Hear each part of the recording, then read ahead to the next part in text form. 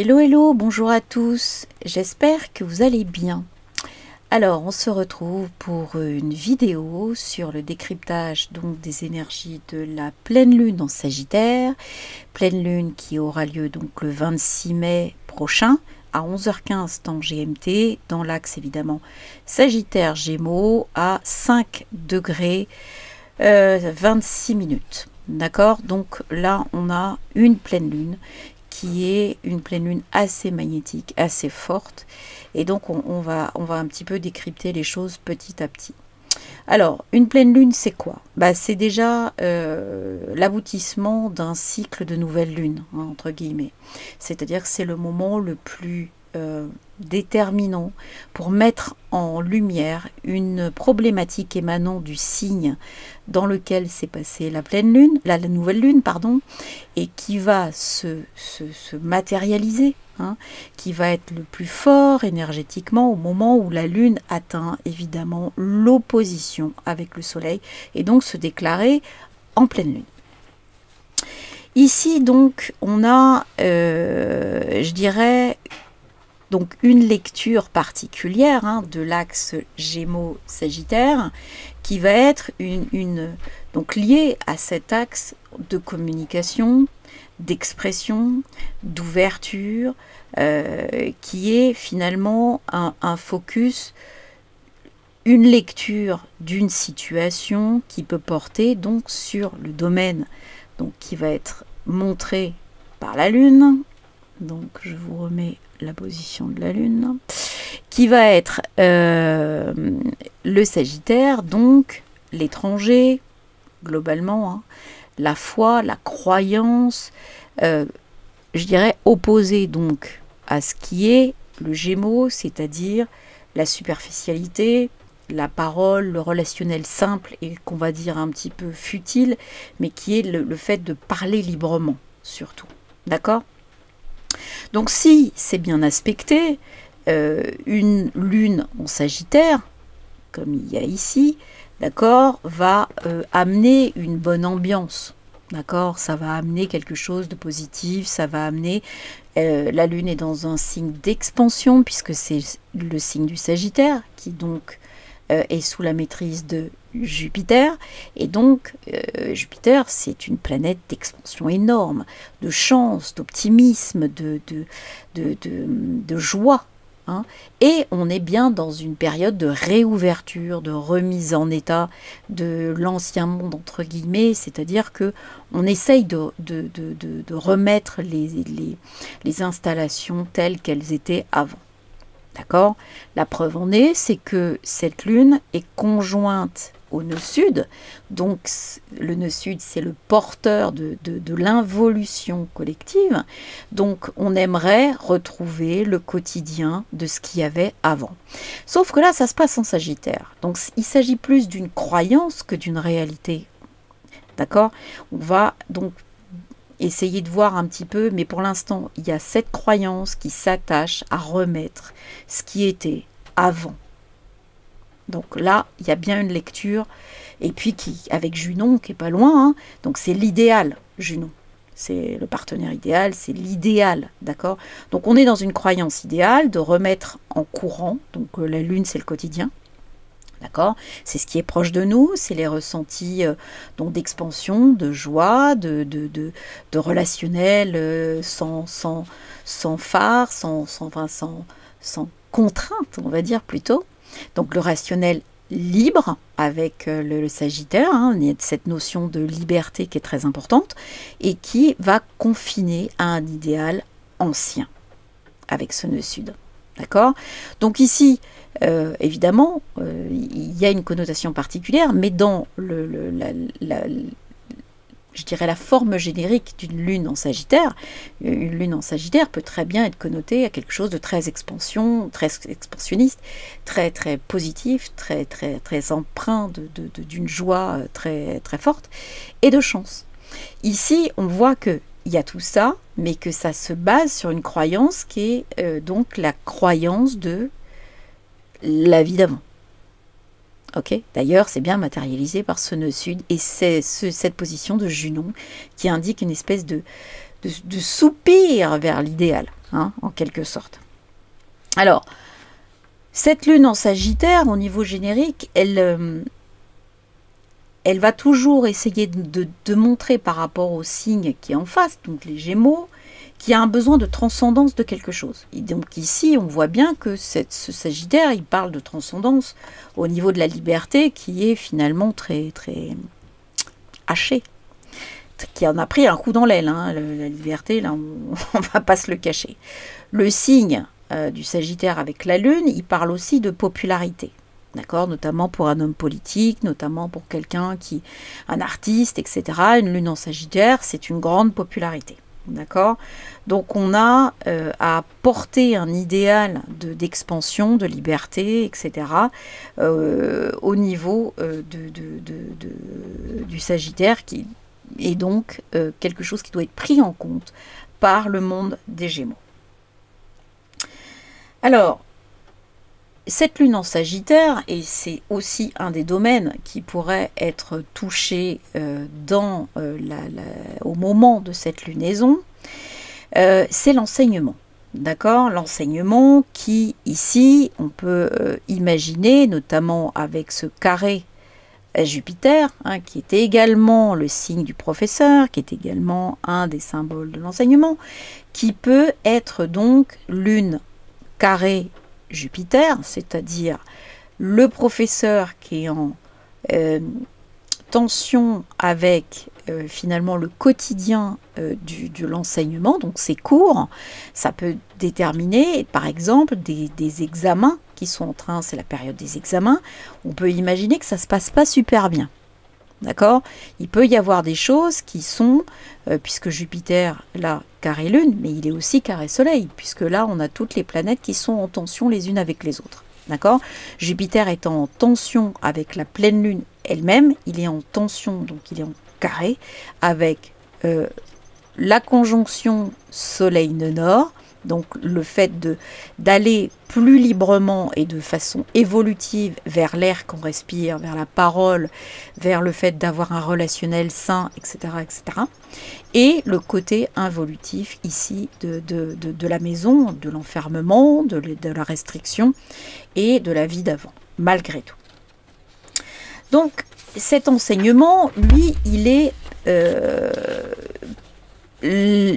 soumis à cette caractérisation de la Lune, c'est-à-dire que globalement, carré Jupiter, la Lune est maîtrisée par Jupiter, puisqu'elle est dans le signe de Jupiter. Et pourtant, elle est en tension. Donc on peut assister à des problématiques d'exagération, des choses qui ne se passent pas bien du tout, des comportements complètement inadéquats, déplacés, illogiques, des situations complètement décalées, des choses qui n'ont pas à se passer et qui se passent quand même. D'accord ? En face, on a le Gémeaux, donc ça entraîne sur les relations, etc., une très grande instabilité émotionnelle, notamment cette lune dans les relations, et donc ça ne peut pas fonctionner. Ok ?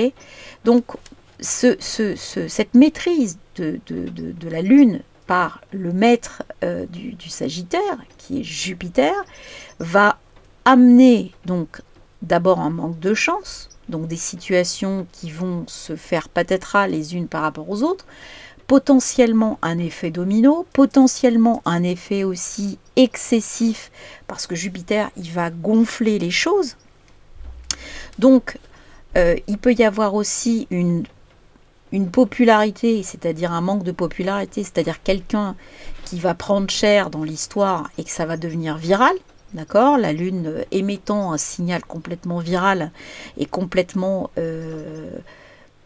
difficile à maîtriser par le fait même qu'elle est sous la maîtrise de Jupiter, qui est lui-même en Poisson, donc il n'y a pas de limite. D'accord, on n'arrive pas à limiter cet événement. Et donc on a quelque chose également qui peut signifier que la foule ou les maisons, l'intérieur, enfin le foyer de certains est violemment contre l'autorité. Donc là, ça peut vouloir dire, avec le soleil en maison 10, que certains examens sont plus en réalité, vont plus se passer comme des fiascos que comme autre chose. Hein. Voilà. On a également, là avec cette lune en Sagittaire, la foi, la croyance du foyer, la croyance de la foule, la croyance très de la nation en maison 4 aussi, on peut extrapoler, qui va se heurter avec finalement l'autorité, que ce soit Jupiter ou que ce soit Soleil. D'accord? Donc il y a quelque chose qui ne passe pas du tout, quelque chose qui n'est pas du tout compris, quelque chose qui n'est pas du tout, je dirais, géré logiquement, puisque on est dans un signe de logique, de mental, donc on pourrait espérer que ce soit géré logiquement. Ben, je ne pense pas, et Jupiter étant le Poisson, on peut imaginer qu'on a quand même un certain nombre de problématiques qui peuvent être liées à des situations complètement aberrantes. D'accord? On peut avoir aussi avec ce Jupiter en Poisson des problématiques qui sont liées à la justice, des problématiques qui sont liées également à l'économie, c'est-à-dire des choses qui démarrent comme une traînée de poudre et qu'on ne sait pas si on pourra les maîtriser. Hein. C'est un petit peu ça l'idée. Donc cette lune conjointe au nœud sud, on a vu, hein, c'est le désir de toute la nation de retrouver la vie d'avant. On le comprend aisément, si c'est conjoint au nœud sud, c'est pas par là qu'il faut aller, mais c'est ici. Donc il faut aller vers une ouverture des choses avec une libre circulation, avec une libre condition de respirer, pas de condition pour respirer, plus exactement, pas de mise en place du pass sanitaire, puisque le Jupiter en Poisson peut être la loi qui régit la médecine et donc qui heurte un petit peu finalement la libre circulation et le fait que ce soit en Sagittaire comme la vie d'avant, ou que ce soit maintenant simplement en rétablissant une libre circulation, par exemple en extérieur sans le masque. On a donc des choses qui sont assez vérolées et qui vont finalement être un petit peu malmenées. D'accord? Parce que quand les deux luminaires sont carrés au symbole de l'autorité, qui est en cuspide de 7 ici, avec un ascendant en Vierge, donc potentiellement qui va être lié à la médecine, à l'hygiène, etc., etc., en tout cas au travail quotidien également et à l'économie, eh bien on peut se dire que ça va être assez malmené. Dans ce qu'on peut également voir comme aspect de notre lunaison, hormis ce carré à Jupiter, on a également, globalement, entre la Lune ici et le Soleil et le nœud ici, on a également une bonne liaison à Saturne, qui est malheureusement rétrograde et qui, je vous le rappelle, maintient son carré avec Uranus en Taureau. D'ailleurs, pour mémoire, le deuxième carré exact de Saturne et Uranus aura lieu le 14 juin. Et donc à ce titre-là, effectivement, il y a quelque chose de restrictif, hein, quelque chose d'une pression qui monte également. Et donc le troisième carré sera en toute fin d'année, on en reparlera en temps utile. Donc cette problématique de vie d'avant, vie d'après, hein, qui nous est posée par cette pleine lune, finalement, elle vient également essayer de soulever l'aide, de se donner l'aide je dirais de Saturne, qui est le savant, qui est le sage, qui est finalement la personne sur laquelle va reposer une certaine autorité également, puisqu'on voit que l'autorité part en cacahuète. Donc on cherche une autorité morale qui soit une autorité clairement plus basée sur la science et puis basée sur le quotidien. Hein. Saturne est donc, je ne le vois pas très bien ici, mais en maison 6. D'accord, le quotidien, mais également tout ce qui est concomitant entre la médecine et notre quotidien. Donc en ce moment, c'est la vaccination, par exemple, c'est les tests PCR, c'est tous ces machins. Sauf que ici, donc, on a un Saturne qui est rétrograde. Si Saturne est rétrograde, c'est malgré le fait que les aspects soient fluides, encore une fois, on ne parle pas de bons aspects, d'aspects négatifs, on parle simplement d'aspects qui sont facilitants ou d'aspects qui sont de tension, c'est-à-dire qui ne permettent pas, qui obligent toute personne bloquée à pouvoir capter la nature du blocage et à la transcender finalement. Ici, il n'y a pas besoin de ça, puisque normalement, on a un sextile de la Lune à Saturne et un trigone de Soleil à Saturne. Ce qui veut donc dire que normalement, on devrait avoir l'appui d'une autorité pour tout ce qui est le rassurer et surtout maîtriser le quotidien, etc., etc. Mais ici, ce n'est pas le cas. On a une espèce d'ambivalence qui est assez, du fait de Saturne rétrograde, une espèce d'ambivalence qui ne nous permet pas d'avoir une réassurance, c'est-à-dire une fermeté, une sécurité. C'est-à-dire que d'un seul coup, on va se rendre compte qu'il existe quelque chose qui n'est pas normal. Et que certaines autorités le voient, pour autant, eh bien, on essaye de pousser d'un côté. Alors, cette autorité, ce qu'elle va faire, c'est que sans l'exprimer matériellement fortement et de façon officielle, elle va rétropédaler dans un sens et pousser dans l'autre sens. Cependant, il y a une problématique et une espèce d'ambivalence forte avec une matérialisation qui ne se fera pas maintenant. On le verra parce que c'est également indiqué par Pluton dans ce thème-là qui est opposé, on le voit, à Mars, hein, on va le regarder tout de suite. Et cette ambivalence donc de Saturne rétrograde, qui en plus est toujours en carré de tension avec Uranus, donc on est toujours sur une problématique, je vous le rappelle, dans d'autres vidéos on l'avait déjà vu, de je modifie la matière. D'accord? Donc, il y a une histoire de bioéthique, il y a une histoire de moralité, il y a une histoire de contraindre la matière, hein, Saturne-Uranus, qui finalement peut s'avérer dommageable à long terme. Mais là, on nous laisse le carré pendant encore 6 mois pour nous permettre de voir un petit peu les effets de cette manipulation, de ce changement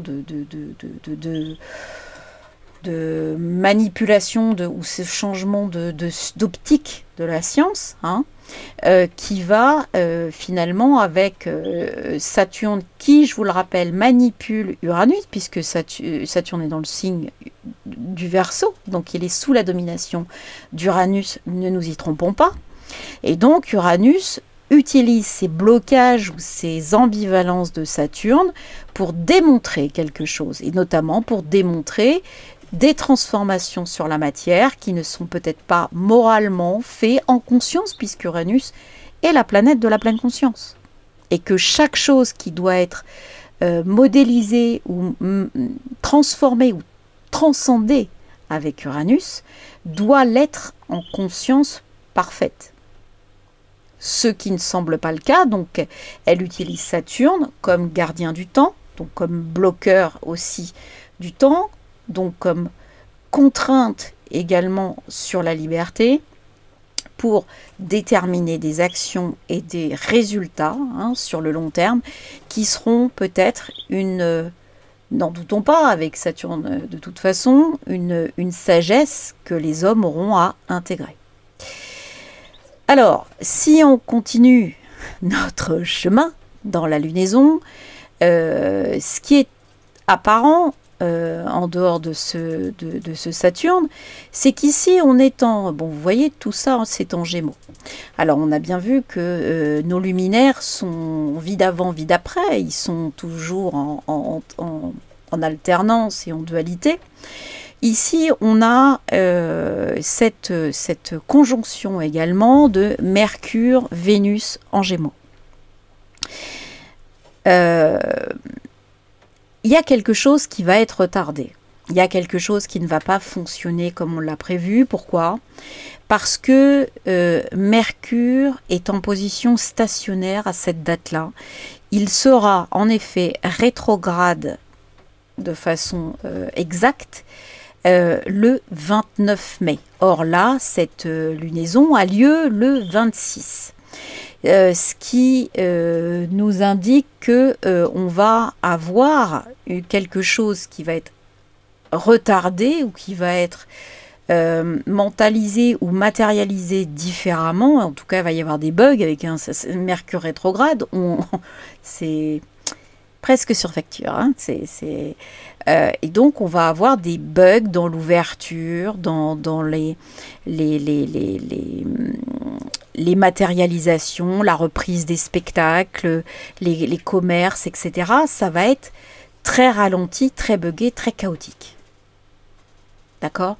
Ça, c'est une évidence. C'est une évidence parce que Mercure va repasser sur Vénus, puis encore dans l'autre sens.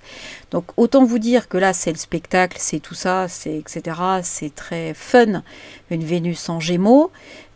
Autant vous dire qu'en plus, là, le carré qu'on a de Mercure, Vénus, a un Neptune qui floute et qui est conjoint à Pallas.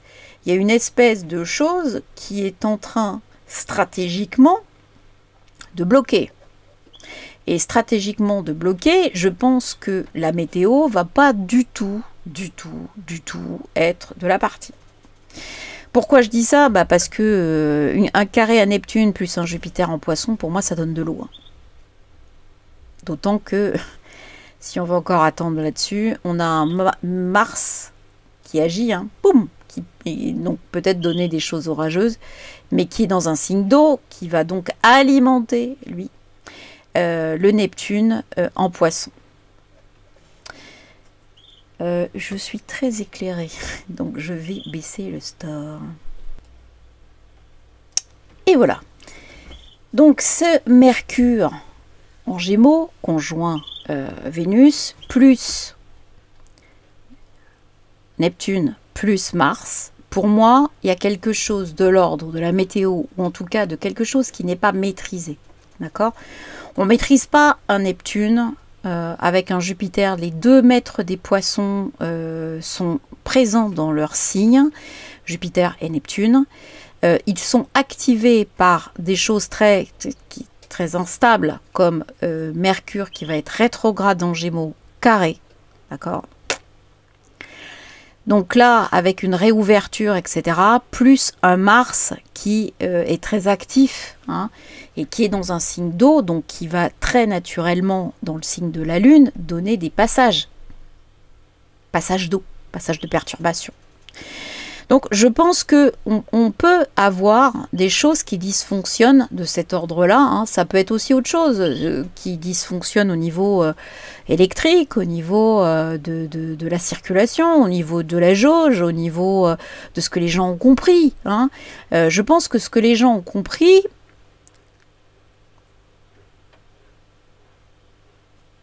c'est pas ça, en fait. Par rapport à la réouverture, je pense qu'on va avoir du mal avec les jauges dans les cinémas, dans les spectacles, dans les machins comme ça. Il y a quelque chose qui me dit avec Neptune en Poisson conjoint Pallas, c'est pas compris, en fait. C'est pas compris du tout. Ça, c'était une stratégie pour réouvrir. Réouvrir avec un carré Mercure-Vénus, Mercure rétrograde. Ouais. Ok, d'accord.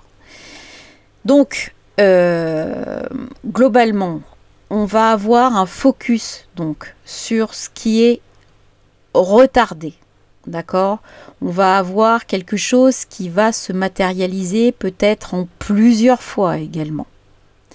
Donc, ça peut être aussi avec Mercure et carré Neptune, ça peut être une nouvelle idée d'un traitement, une nouvelle... Ouais, un nouveau truc qui peut-être devrait être écouté. D'accord? Qui devrait être écouté et qui ne l'est pas encore. Ok? Ça c'est surtout aussi également vérifiable avec Mercure qui est trigone à Saturne. C'est-à-dire qu'il y a un aspect facilitant, mais les deux vont se retrouver rétrogrades. Du coup, je pense qu'il y a une histoire d'idées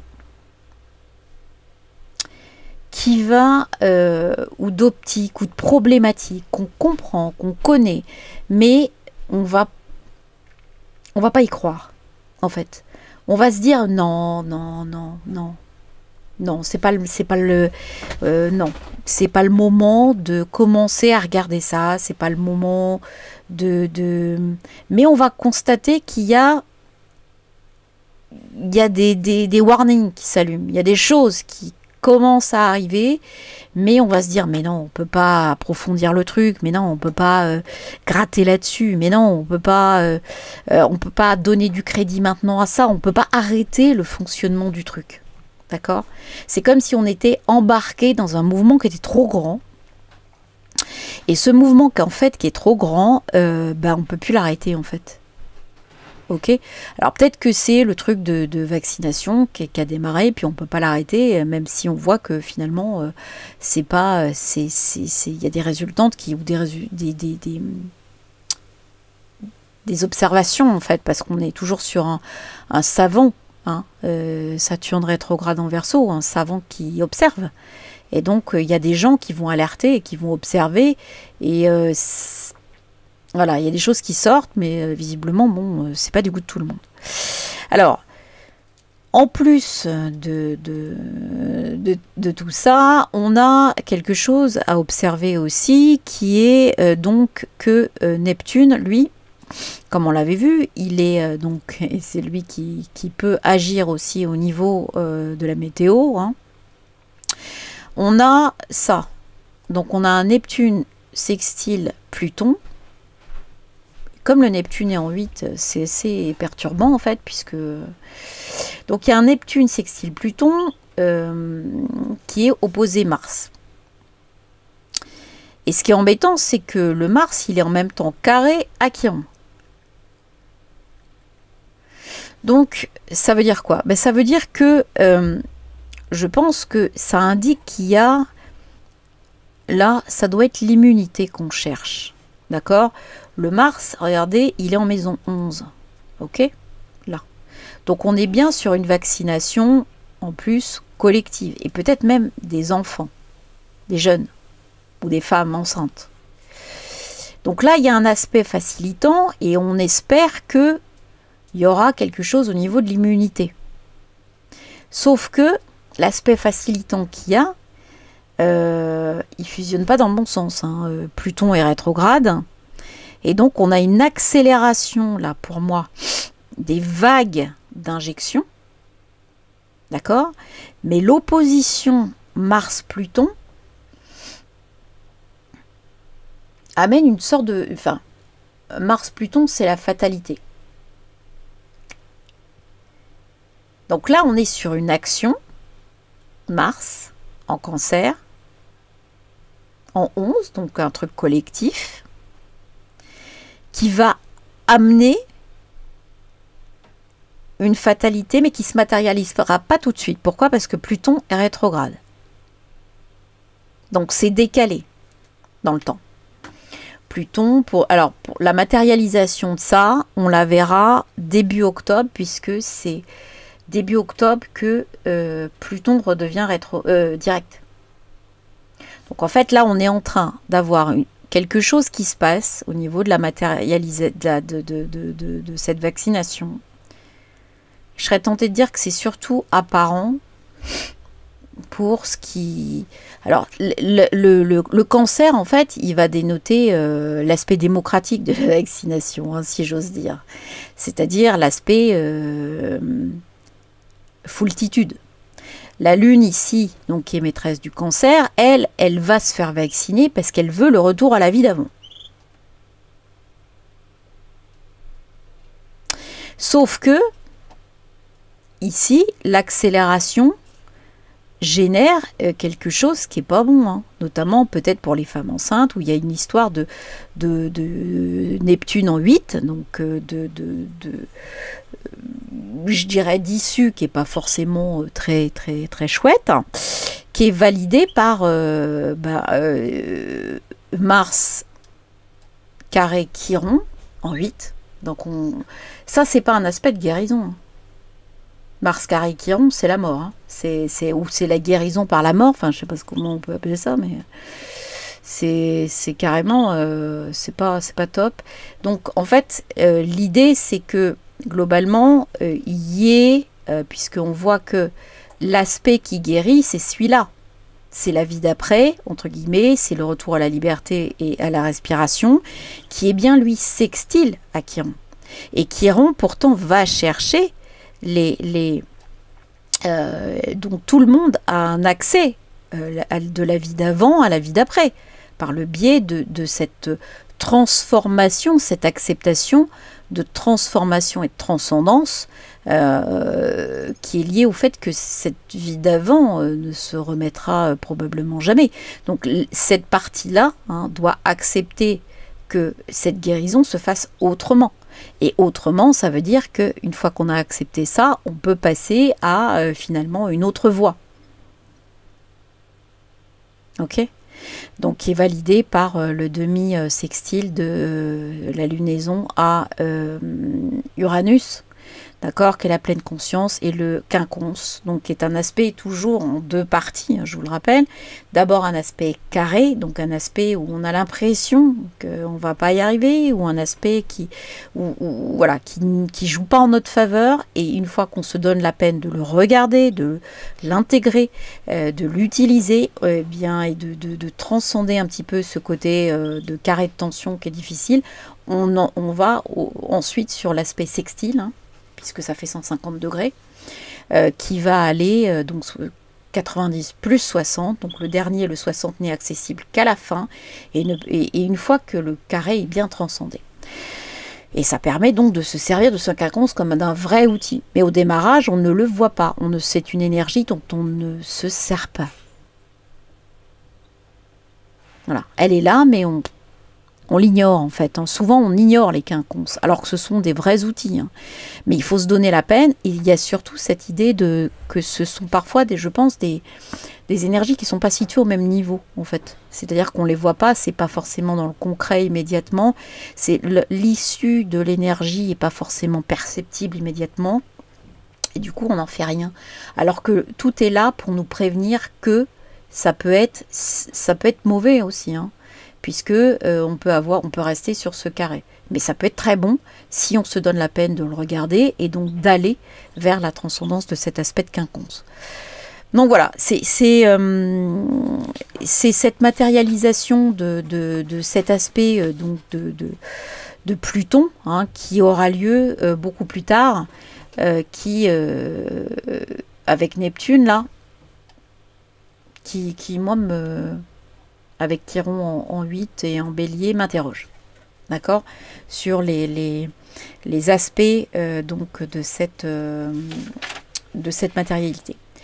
Dernière chose importante et pas des moindres pour cette lunaison, c'est une pleine lune éclipse. Pleine lune éclipse totale de lune. D'accord, c'est-à-dire que nous ne voyons pas la Lune à un moment donné, hein, c'est-à-dire que le reflet des rayons du Soleil s'arrête. Donc c'est une éclipse totale de Lune avec une intensité de 1,010 qui aura lieu donc à 11h20, donc 5 minutes après la lunaison avec le Soleil.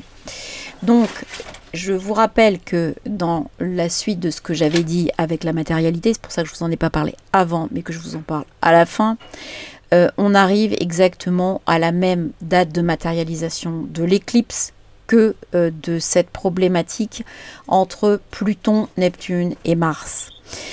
Ce qui me fait dire, évidemment, que les choses seront compliquées à cette période et qu'on risque de découvrir cette idée, cette problématique qui est peut-être encore ignorée et en tout cas peut-être cachée ou pas volontairement ou pas, j'en sais rien. L'énergie ne le dit pas, ça.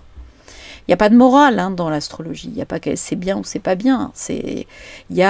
On peut en prendre conscience ou on peut ne pas en prendre conscience. Ici, l'aspect rétrograde de Saturne nous dit attention, il y a peut-être quelque chose à voir, et l'aspect rétrograde de Mercure va nous dire attention quand même à cette idée-là, warning, warning, warning.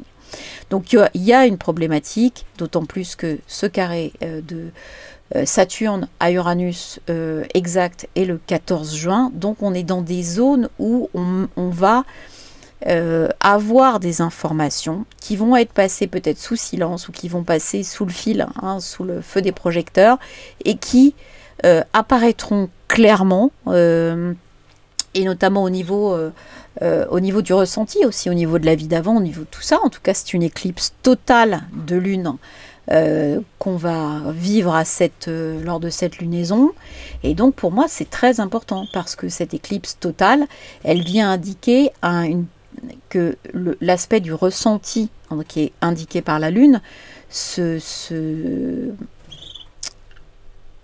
y a une porte qui s'ouvre sur l'inconscient, vous voyez, et donc cette porte qui est ouverte sur l'inconscient, elle va amener toutes ces problématiques de la lunaison. D'accord? Et donc, elle va charger les inconscients collectifs de tout ça. Après, quels sont ceux qui vont réagir positif, négatif, j'en sais rien. Ça dépend du chemin de chacun. C'est pas voilà. Mais globalement, on est sur une pleine lune éclipse qui vient charger énergétiquement les inconscients collectifs. Ok? Voilà, c'est ça qu'il faut retenir. En numérologie,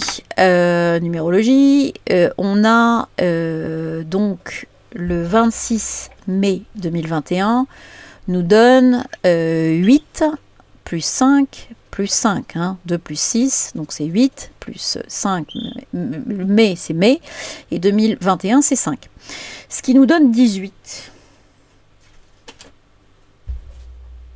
D'accord? 18 c'est la lune. Et donc la lune, bizarrement, hein, on en a parlé, hein, c'est la volonté de revenir à la vie d'avant. D'accord? Donc on est sur quelque chose qu'on voudrait voir arriver, mais la lune dans le tarot, c'est une atmosphère qui est floutée. Elle émet pas de lumière, la lune, c'est juste le reflet du soleil. Et là, en plus, comme elle va être éclipse, elle est en plus complètement inaccessible. Il n'y a rien qui est reflété, ok? Puisque elle a une interruption de l'image. D'accord? Donc c'est une pleine lune qui devrait refléter complètement le soleil, sauf que la Terre passe dans l'ombre et que du coup, elle disparaît. Et donc, elle n'émet plus de lumière.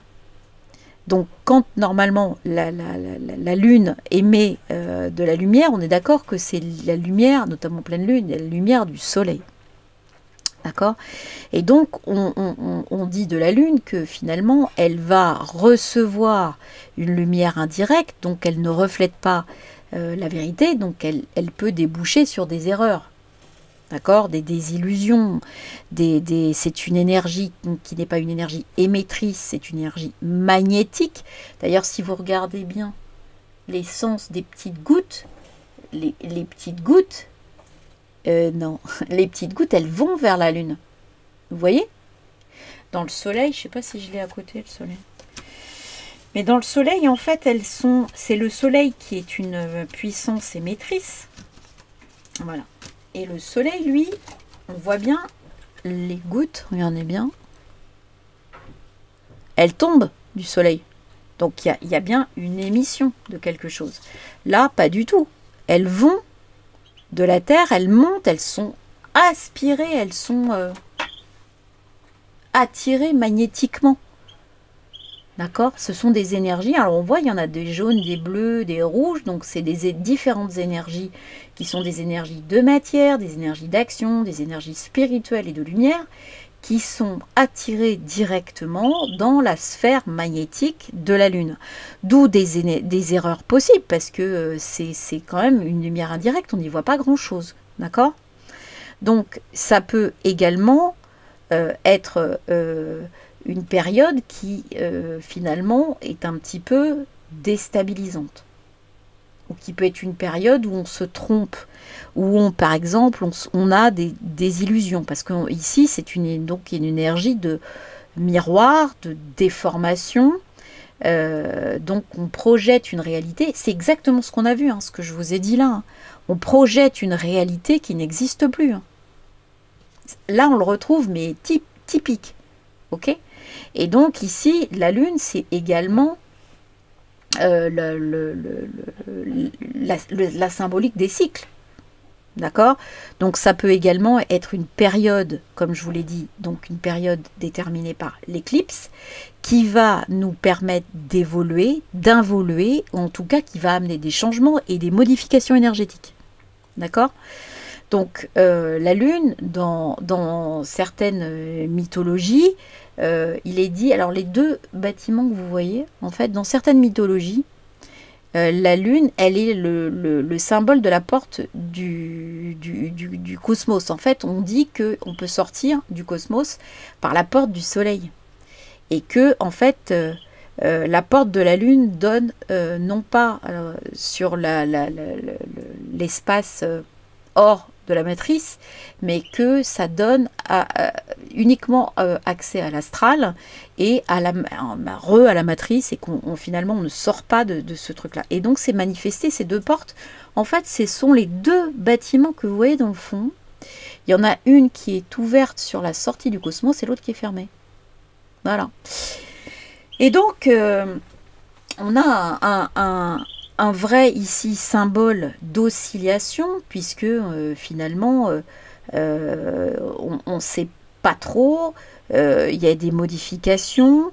Dans les religions, la Lune, elle a toujours les croyances ou les diverses philosophies et religions. Hein, il y a beaucoup d'utilisation de cette Lune, hein, que ce soit la symbolique de l'errance du peuple hébreu, que ce soit également le calendrier lunaire chez les Arabes ou dans le Coran.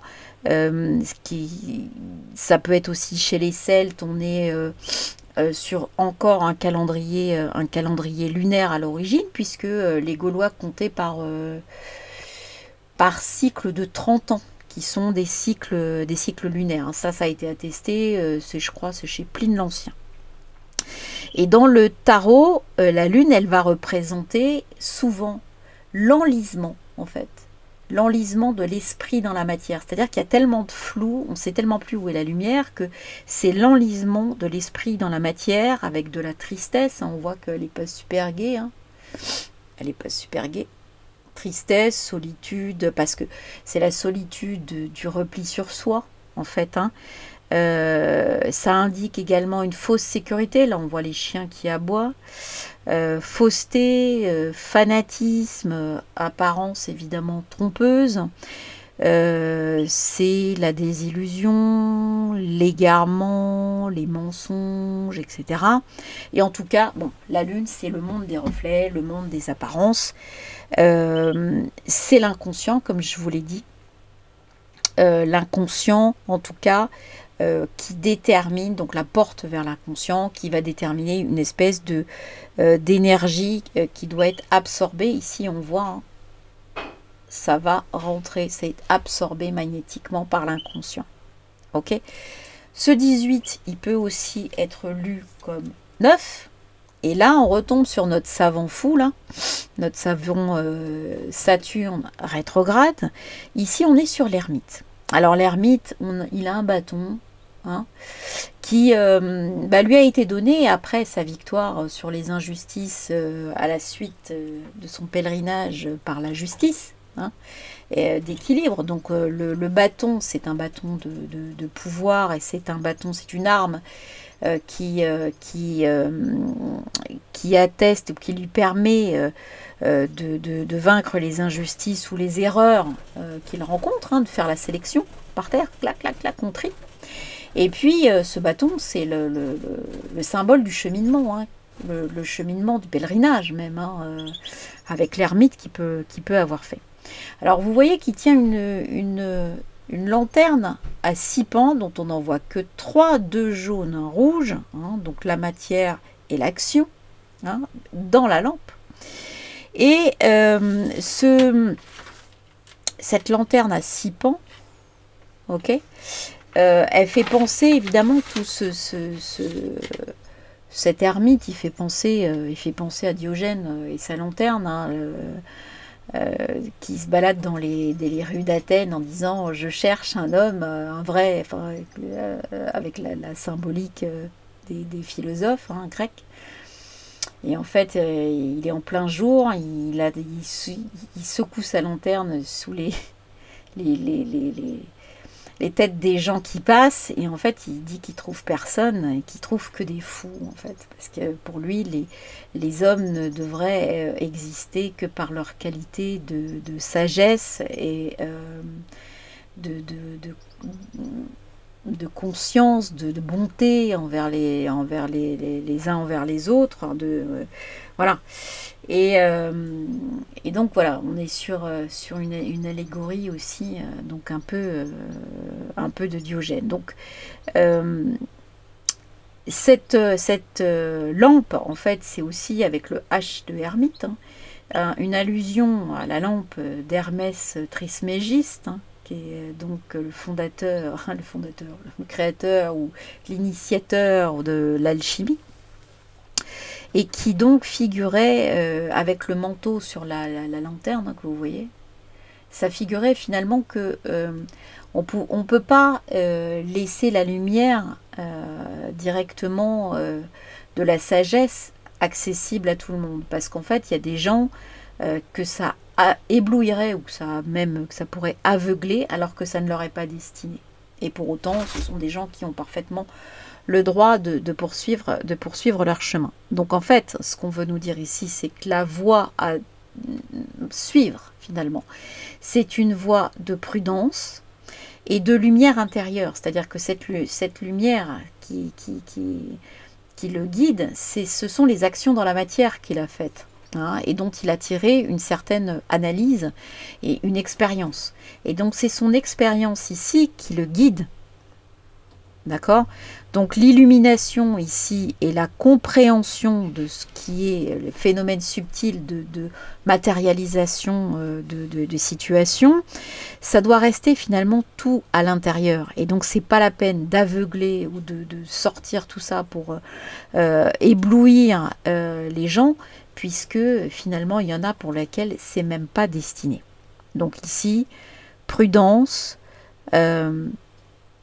On travaille, l'ermite travaille dans les couches invisibles pour aider à une matérialisation, on va dire avec sa lanterne, une matérialisation meilleure, une matérialisation positive, une matérialisation bénéfique. Et c'est ce que ça nous demande de faire, en fait, hein. C'est un guide qui nous dit soyez positif, soyez conscient pour vous-même de vos actes, de votre propre matière, et donc restez dans votre paix intérieure et actez les choses au fil de votre expérience et de votre temps présent. Ne cherchez pas finalement à projeter les choses dans le temps. Ça ne sert à rien, en fait. La seule chose qui soit de bonne aloi, en tout cas, c'est cette prudence à poser des actes conscients dans le temps présent. Voilà, à la lumière de notre propre paix intérieure, en fait, hein. C'est exactement ça. Voilà, bah écoutez, j'espère que ça vous aura permis d'avoir un œil conscient et éclairé sur la période que nous allons traverser. Donc je pense qu'il y a beaucoup d'aspects positifs, en tout cas dans les énergies que nous sommes capables de comprendre aujourd'hui, de percevoir, et je pense que notre action, ça doit être de rester vraiment dans le positif, et de ne pas alourdir les charges, les égrégores, de ne pas les nourrir, de ne pas les voilà, de rester bien comme l'ermite nous le suggère, bien en deçà des manipulations ou des apparences peut-être qui sont trompeuses, de ne pas prendre parti trop vite, etc. Et de rester dans notre paix intérieure pour pouvoir matérialiser les choses de la meilleure façon possible. Voilà, bah écoutez, je vais vous souhaiter une très belle pleine lune en Sagittaire. Je vous embrasse et je vous dis à très bientôt pour une prochaine vidéo. Prenez soin de vous.